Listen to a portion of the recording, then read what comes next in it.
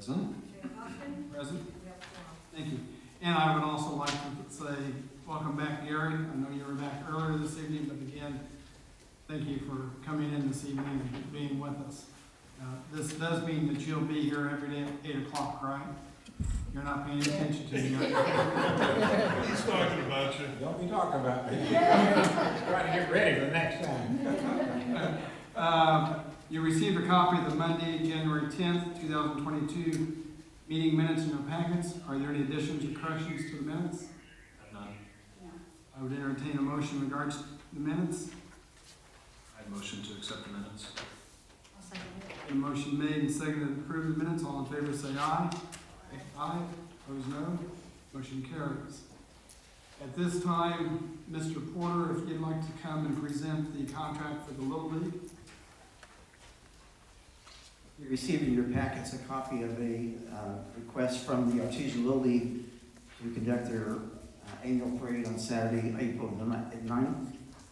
What they're wanting to do is to have their parade leave Jimmy Nash Park, go south on Home Avenue to Harrison, west on Harrison to Main Street, north on Main to Douglas, and then west on Douglas to the Ball Diamonds. They're not asking for any streets to be closed, they just want to have permission to run that parade. I believe it departs somewhere around 10 o'clock in the morning. The final time has not yet been set. And they have requested police escort, and we'll run that request through the chief. But basically, it's what they did last year. I wasn't here last year. I don't know, I assume that they know how to do it and everything's okay, but it sounds like not closing it might create a few issues. It's so short, and it's not like the 4th of July parade where they have a lot of units. What were there last year? Maybe 8 or 9, 10. Yeah, that seems, I'd say a dozen at the most. So seems pretty it's, reasonable. it's something you can get the kids excited about.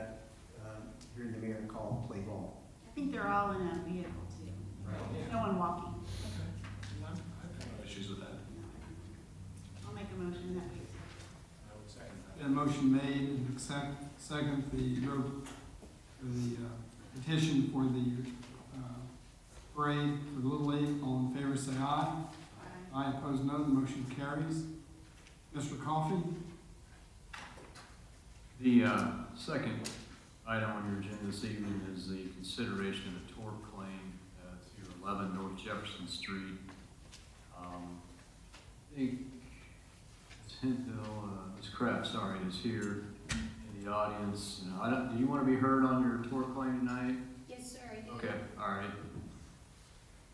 Get my clothes on, I'll leave it on.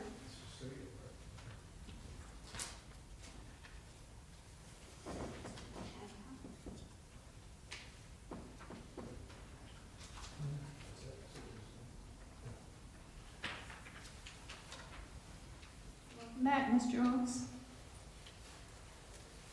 Thank you.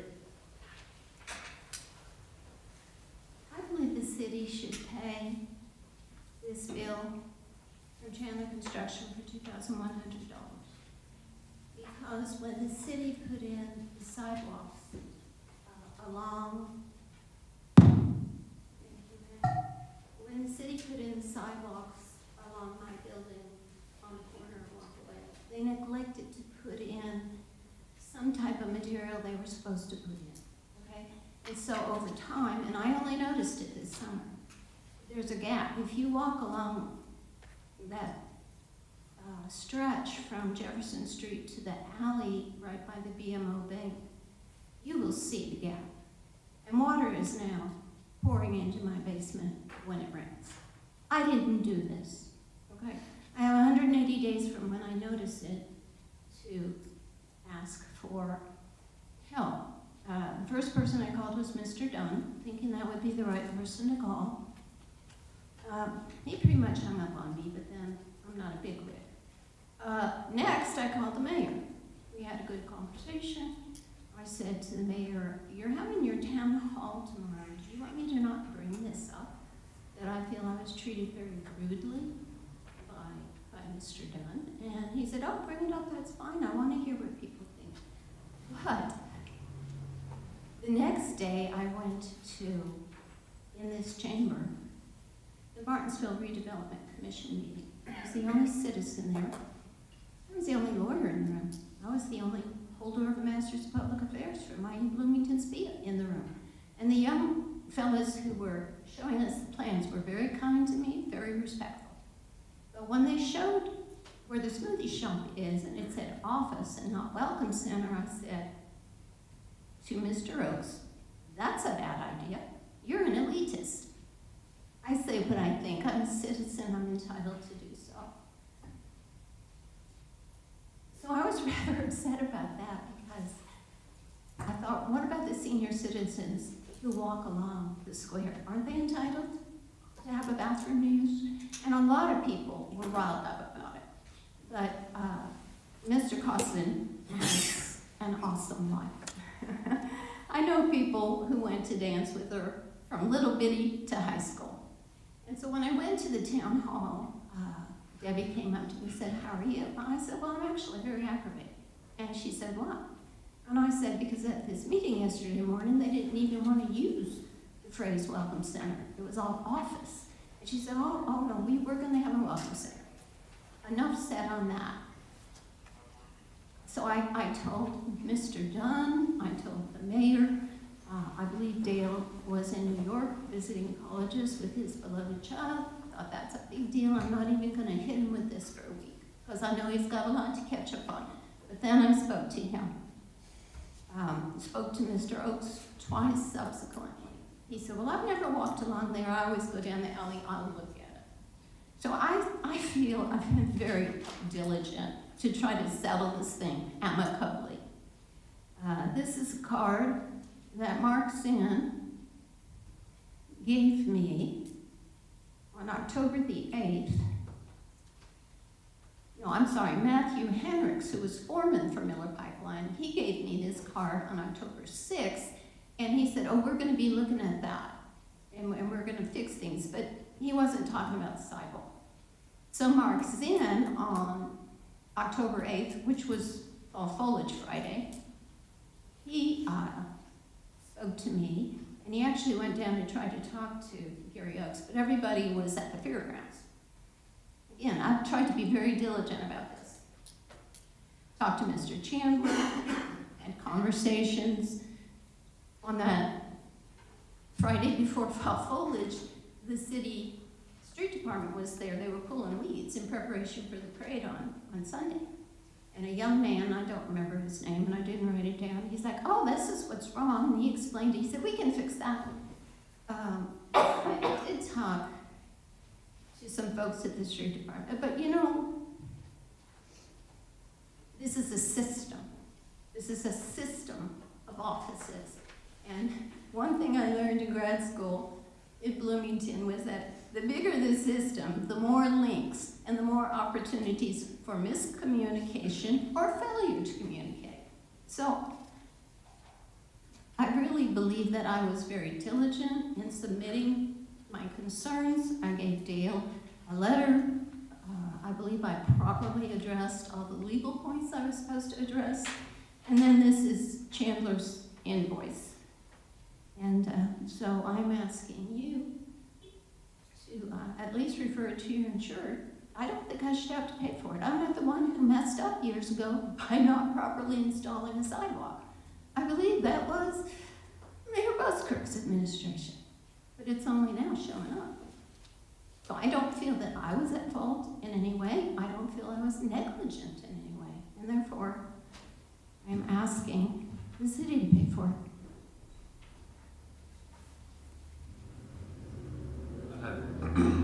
Jill, is it, should we open questions up to Cecilia, or is this just a matter of? If the board has any comment or any questions for her, it would be appropriate at this point, but really tonight we just need to take action. If the board's comfortable referring it to our insurance company for investigation, then that's most of the time, that's what we do with tort claims. So that would be prudent to do. I think I understand what you're saying, and I've been past there, so I know where you're talking about, and I've seen that. My only question is just from you, Dale, guidance on, is this this in fact the city's responsibility, and if so, then yeah, we should refer it. If it's not, then maybe I would need to understand that a little better.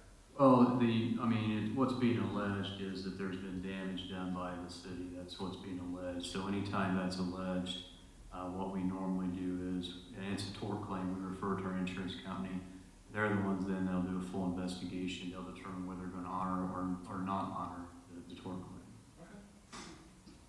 Has the sidewalk been fixed? They put sealant into some cracks, and Dale is actually the one who told me they were gonna do that. And you can see that on various places. The gap between the sidewalk that runs from west to east, or vice versa, from Jefferson Street to the alley, has not been fixed. And that is primarily what Mr. Chandler can do. Now, I told everybody I spoke with, I'm not an engineer. I don't know. I can't explain this. What I do know is I've got water coming in my basement, and it shouldn't be, because every single person told me the same thing. Such and such should have been put in there, it should have been done this way, it wasn't, and Mr. Oaks himself told me that the last time I spoke to him. Because he was kind enough to tell me the last time I spoke to him, I will go walk along the sidewalk. I usually go through the alley, but I'll walk along the sidewalk. Well, he understands the process. I don't. I just want you guys to pay for it. Thank you very much. One other thing before Cecilia steps away, you made the comment that Mr. Dunn was rude and hung up on you. We have problems with our phones here at City Hall, and we can be in mid-conversation and the phone system goes out. It's not an excuse, it's just the truth. And so, more than likely he did not hang up on you, more than likely he lost connection, and so. Well, to clarify and to add some more substance to my report of that conversation, because the folks from the street department were pulling weeds, and both of them seemed to think, well, this is the problem, da-da-da-da. And then the engineer, let me get this card back out so I get this straight. Mark Zinn explained to me what was the problem, and they all basically said the same thing. But when I called Mr. Dunn, I did say, because I was just hoping the street department would fix it. I thought that was the easiest, cheapest solution for the city. And I did say, well, I think they need to do something, because if they don't, I will definitely put pressure on people, something to that effect. That's what I do. I know my rights. I'm well educated. I think. But Mr. Dunn then said, go ahead and sue, and he hung up. So he did not hang up through it. That's not the case. That's not the truth. She was, not accepting anything I was trying to explain to her. And she lost her temper, and she said, I am going to file a tort claim against the city. And I said, Cecilia, the conversation's over. No, he said, go ahead and file your claim. Go ahead and sue the I said, go ahead city. and file it. This conversation is over. That's what you do when someone says, I'm going to sue you. At that point, there's no more conversation. Okay. And as far as the gap, that's called an expansion joint, which will come out in the findings. You don't mess with an expansion joint. You start sealing that, and you take away that properties of allowing that to expand and contract, then you're gonna have a sidewalk pushing against the wall of your building. If you think you have problems now, you ain't seen nothing yet. Are you talking about from Jefferson Street to the alley? I'm talking about everything that runs along Washington Street. Because there was also the issue around the corner, and I did discuss that with Dale as well, and I discussed that with other people. There's still gaps, but I'm not qualified to discuss all of this with you, Mr. Dunn. No, but you're qualified to tell me you're gonna sue me. Yes, I am. So when you tell me you're going to sue me, forgive me, but the conversation is over. Fine. Okay? You said go ahead and sue. That's not being rude. That's how I was taught at the IU School of Business, when that kind of language is used. What type of language? That I'm going to sue? Yes. Okay, You're gonna fine. file a tort claim. I did not lose my temper. I was very assertive with you, sir. Okay, we've gone over the time limit to allow for Thank you. comment, so I would entertain a motion in regards to the tort claim. Yeah, I would motion to move this to the insurance company and let them decide. I'll second that. Thank you. And a motion made and seconded to refer the tort claim for 11 North Jefferson to our insurance company. All in favor, say aye. Aye. Opposed, no. Motion carries. Thank you. Consideration of your employment contract, Mr. Coffey. You have also in your packet tonight is a employment contract that looks identical to the 2020 and the 2021 contract that you entered into with myself and my law firm, with the exception that this there is a slight increase this year in the pay. Council did agree to a slight raise, and so what it is for the year is, 89,250. yes, 89,250 is for the yearly contract paid out monthly over 12 months. Other than that, it's identical to the past 2 years. Any questions for Mr. Coffey? Nope. I would entertain a motion concerning the employment contract. I would so move. And motion made and seconded to accept the employment contract for Mr. Coffey. All in favor, say aye. Aye, opposed, no. Motion carries. Dale, do you want to go ahead and do Lou's also? Yeah, with Mr. Ransdell, he is the code enforcement prosecutor for the city. His is identical the last 2 years. There is no increase in pay. It's $12,000, $1,000 a month. Any question in regards to Lou's contract? And I would entertain a motion in regards to his contract for legal services. I would move to accept that contract as well. And a motion made and seconded to approve the legal contract for Lou Ransdell. All in favor, say aye. Aye, opposed, no. Motion carries. Mr. Oakes, you have a couple items on the agenda. You just want to indulge me to sit right here. sit right where you're at. Yeah, we have two in front of us tonight, and they're both from Automobile Ship. The first one is for the parking area, which would be the far west end of the project, almost behind, there's a slight parking area behind Teller's office, supply business in the house, the side of that alley. This is for charging stations for electric vehicles. You may know that I have one, so I'm certainly in favor of it. And you know that if you watch the papers and news or anything else, virtually everyone is going to have one in their driveway in the next 3 years, in 2025. This is for just 4 charging stations. I went over to Franklin to see what they were doing with their new park, and I noted 24 over there. But certainly this would be a start. This will go along with the next one we're going to do for the have been the smoothie building. We'll put a 400 amp service in that building, and that will be the pick point for these charging stations on that end, because they will be within 20 to 30 feet of those, so it'll be very close to that. Gary, is there going to be room for and a plan for expansion on that? Yeah. It's like you said, A typical charge is for 40 amps. On the 400 amp service panel, we'll have 100 amps feeding the building itself, but the rest of it will be available for that, and that's if everybody charges at the exact same time. I've spoken to Craig Fenneman, that has some of the apartments above, and he says we didn't have anybody right now with electric, but he certainly anticipated that we would need so, and that's what we're doing at this point. also, are these going to be, Just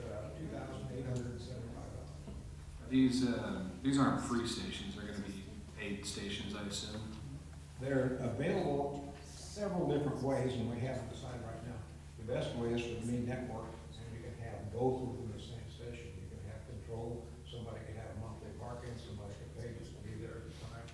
We have Lexus Nexus just a half a block away, and they have training classes on a regular basis, and I would assume that they'll want that availability as well. So this is the amount of $2,875. Any other questions for Mr. Oakes? If not, not, I would entertain a motion in regards to the change order. I would move to accept that order. A motion made and seconded to approve the architect's request for additional services on the parking lot. All in favor, say aye. Aye. Aye, opposed, no. Motion carries. Gary, how about on The next one you have before it is also Oda McGuire Shook, those for the, what had been the Smoothie building location. This is 56 East Morgan Street, and this would cover the demolition of same. We have slight complication there. That building is not a standalone building, and it shares a common wall with the Barker building to the west of that. So as that comes down, we have to be really careful in that removal. We share a common line at the roof. The tails of our rafters sit into brick cavities in their walls, so we've got to look at that pretty carefully. We've met with them. We've had structural engineer on site also meet with them. Tom Hacker, the zoning plan commission, is involved in trying to keep track of it too. So this is the contract to move forward with that work in the amount of $41,285. Do you see any additional, do you feel like they've dotted all their i's and crossed their t's? Do you see any additional money coming? Yes, I think we'll get through that. The Barker family has been really very cooperative as we move forward in this, because they're gonna have some expense of their own, because we're gonna expose some wall that's not gonna look very good, so they're willing to move forward too. And then the new structure will not be attached to their building. Any other questions for Mr. Oaks? No. Then I would entertain a motion in regards to the additional services at 56 East Morgan. I'll move that we accept them. And I would second. A motion made and seconded to approve the architect's request for additional services at 56 East Morgan. All in favor, say aye. Aye. Aye, opposed, no. Motion carries. Mr. Dunn, do you have an explanation for us this evening? Yep. This is a fun one. I'm here to ask you to consider naming or designating a portion of a new road in honor of a gentleman to whom this community owes a lot. And I'm speaking of Mr. Dave Kiester. From an early age, Mr. Kiester had an interest in broadcasting and a desire to own his own radio station. Mr. Kiester moved here in 1967, and I believe he was 26 years old. He loaded up a truck that he had borrowed with his family. He bought a 1948 transmitter that he was going to use at his new radio station. He paid $750 for this used transmitter. And in April of that year, 1967, WCBK 1540 AM signed on the air. By the way, I didn't know this, the WCBK, the CBK was for his father's name. His father's name was Clemson Bruce Kiester. I hope I got that right. Close enough? Okay. And I just love entrepreneurs like Dave Kiester. He laid it all on the line, and he built Mid-America Radio Group that eventually owned more than 32 different AM and FM signals throughout Indiana, Michigan, Ohio, and Illinois. In fact, he owned more radio stations in Indiana than any other corporation or individual. Not only was he a successful businessman, but he was also a very kind and generous person. We'd like to propose naming the new section of West Southview Drive. That's from I-69 39 bypass, runs along the highway there to Burton Lake, where Indy's is. I've got a map here, I'll show you. Maybe it's easier to do it this way.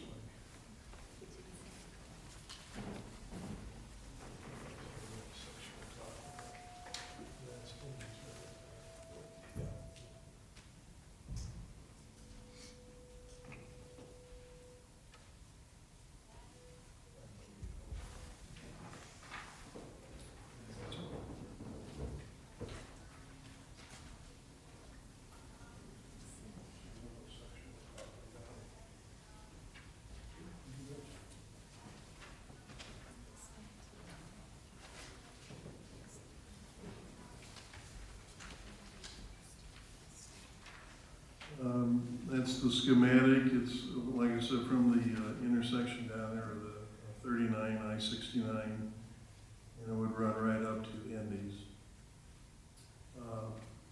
If you approve it tonight, pass it along to the city council, and if they approve it, I'll show you what the sign will look like.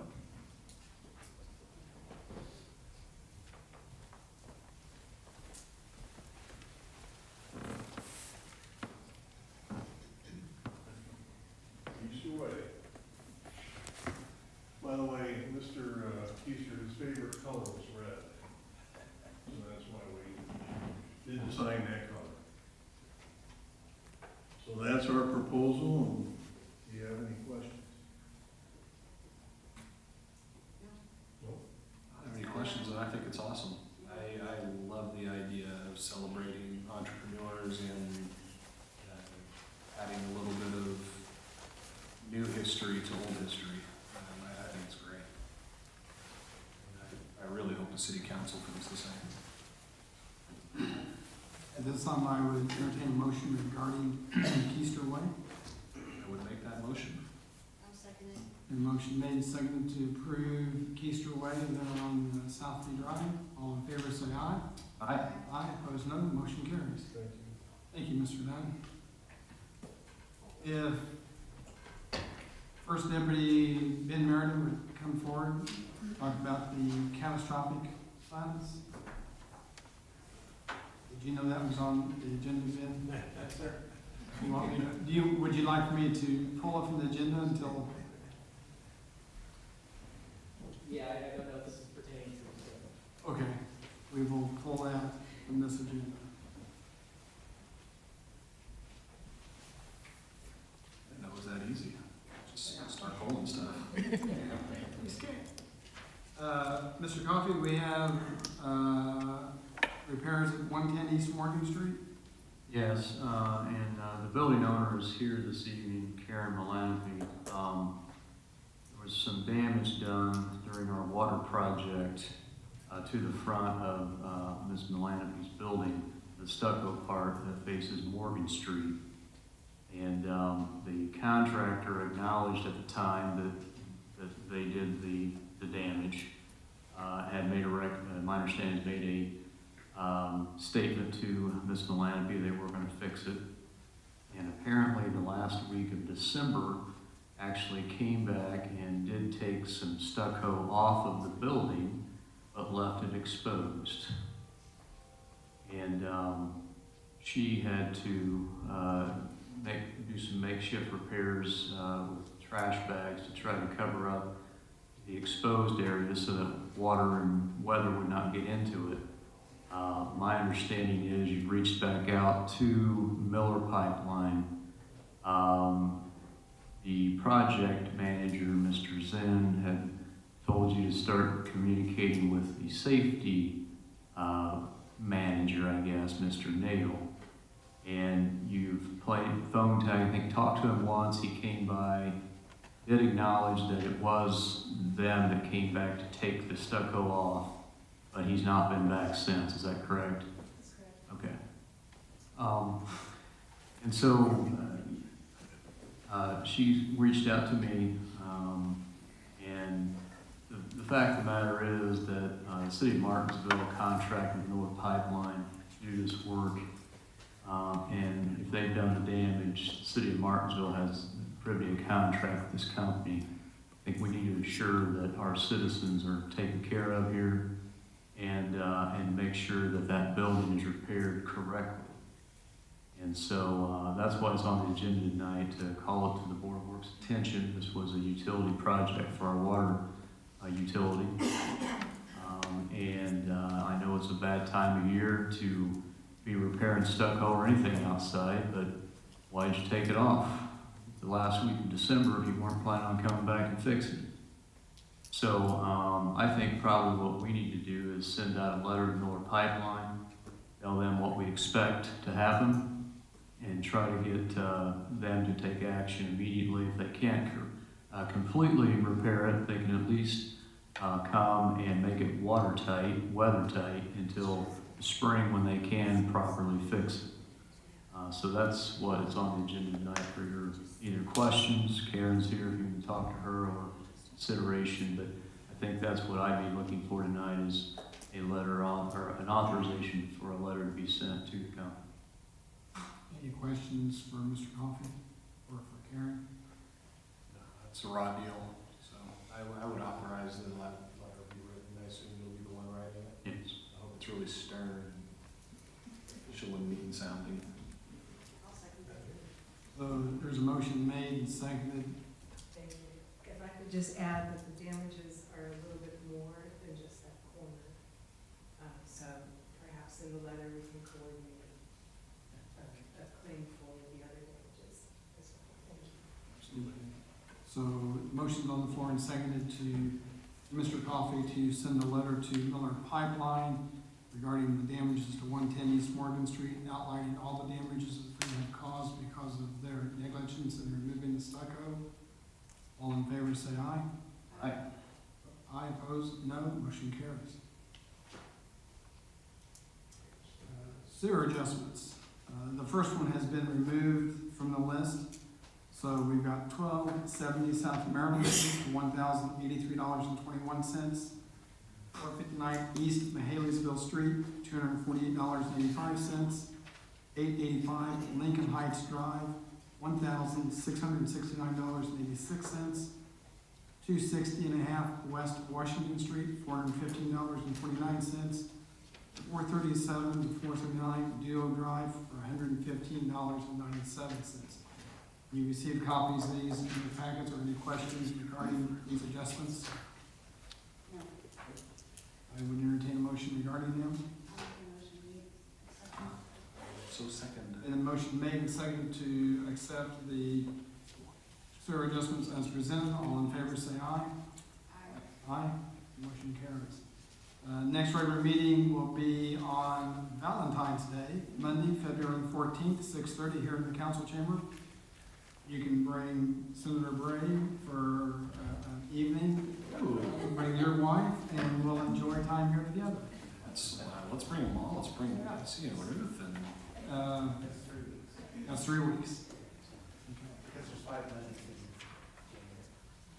So, being no further business, without objection, we are adjourned.